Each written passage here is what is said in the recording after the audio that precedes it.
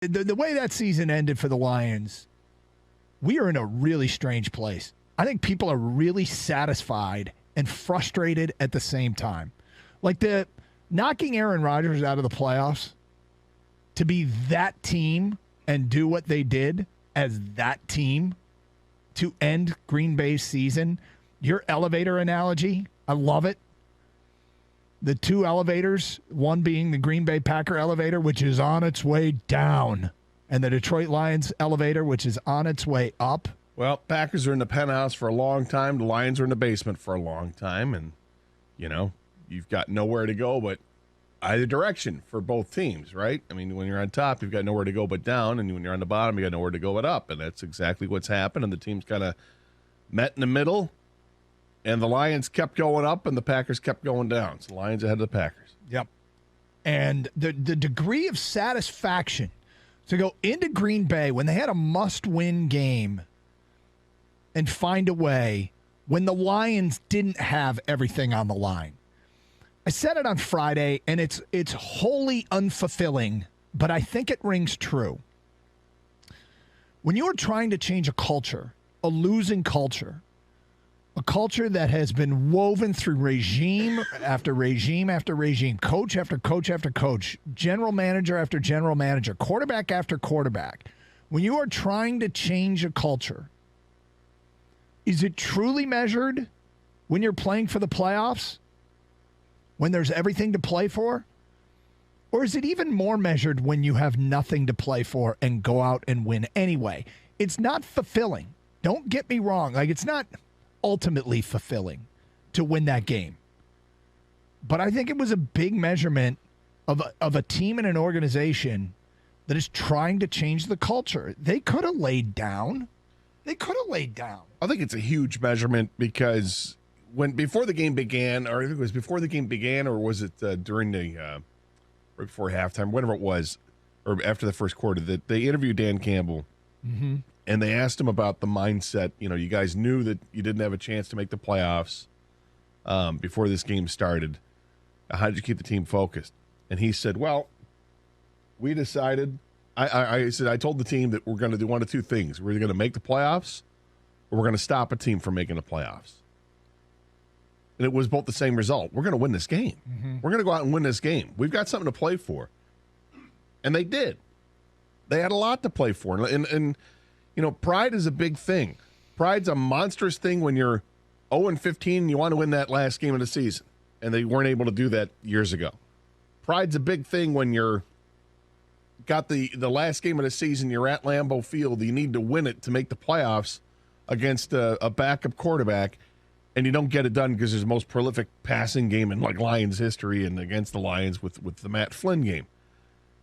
Pride plays a big role in it. When you've already beaten the Packers during the season, their quarterback comes out and says, I can't believe we lost to that team. Everyone's got you down because you started 1-6. Then people got on the bandwagon and quickly jumped off after a crushing loss at Carolina. And then all you do is get right back on and forget about the Carolina game, put it in your rearview mirror, blow out the Chicago Bears, and then take care of business against the Green Bay Packers on the road at Lambeau Field at night, a game that was flexed. And by the time you started the game, a game that meant nothing for you and everything for them, and you shut them down. That is massive for what this team has done. And it typifies exactly what Dan Campbell is all about. What he and his coaching staff have done, what Brad Holmes has done, what Sheila Ford Hamp envisioned with these guys and with their close circle of people. What they all envisioned when they sat down together was finding the right team. You got the grit hat on. I've got the old school Lions logo hat on. Kang's got the grit hat on. I didn't get the memo, apparently, to wear my grit hat. It's okay. I'm wearing Lions now. It means something.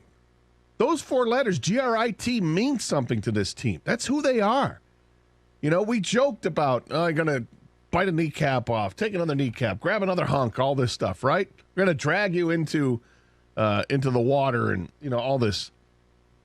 And he said some big words and some braggadocious things, and people were like, oh, yeah, he's kind of a clown, No, he's not. he is a motivator that may be at the top of his game and the top of the game in the NFL. To get that team motivated, that team, to do what they did again at the end of the season with nothing on the line for them and everything on the line for the other team.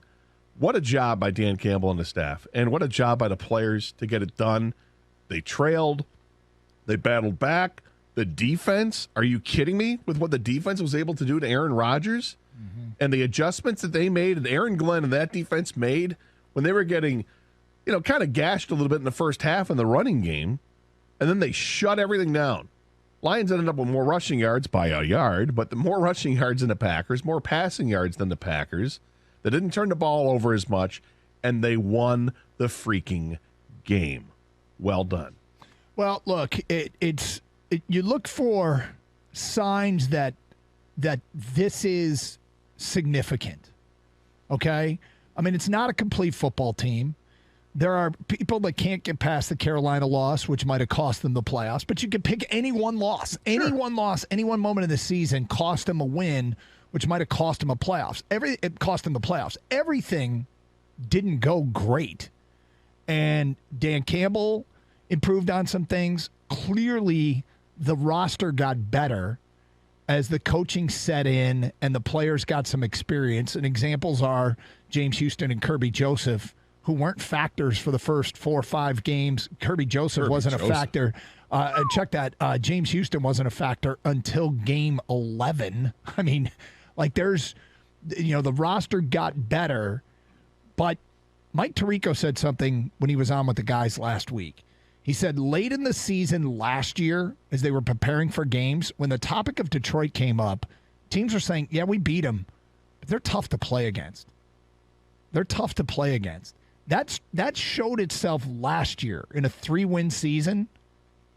That is what Dan Campbell stated on day one about the biting kneecaps analogy, which got everybody's – the whole thing about that is how tough they're going to be to play against. And they are tough to play against. Like he's created a team in his own image, the way he wanted it to look. And F me if it isn't working. Like, this is working. And I got to tell you, Gator, from 10 to 2, which is what we are responsible for, we have spent the better part of the last decade off-seasoning at an epic pace. Like, do we do mock drafts? Well, do we talk about free agency? Do we spend money? We've come to love the Lions off season. For the next 9 months, people, we're leaning into this damn thing. I mean, I can't wait. This is what are we, 16 years here? This is our 16th year. Okay, 16 years together. I want the 2023 season to start tomorrow. In my view, it kind of does. Like, I'm ready to sit down with the list of the best free agents and really dial in on the guys that are still playing, like who the Lions should be targeting.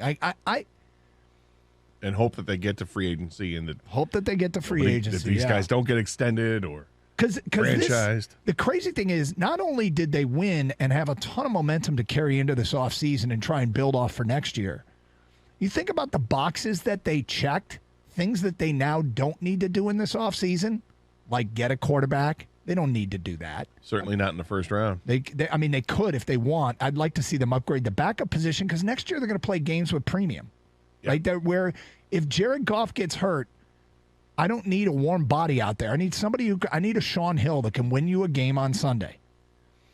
They checked. I mean, did they check the box at edge rusher? It feels like it sure does. I mean, these are things that we thought they were going to have to shop for in the offseason that they may not have to. Now, other things opened up. Like, got to get a corner. Probably got to get 2. I mean, 1 in free agency, 1 in the draft. There are other things but I just got to tell you, this offseason, we're going to have some fun. I mean, we are going to have a lot of fun.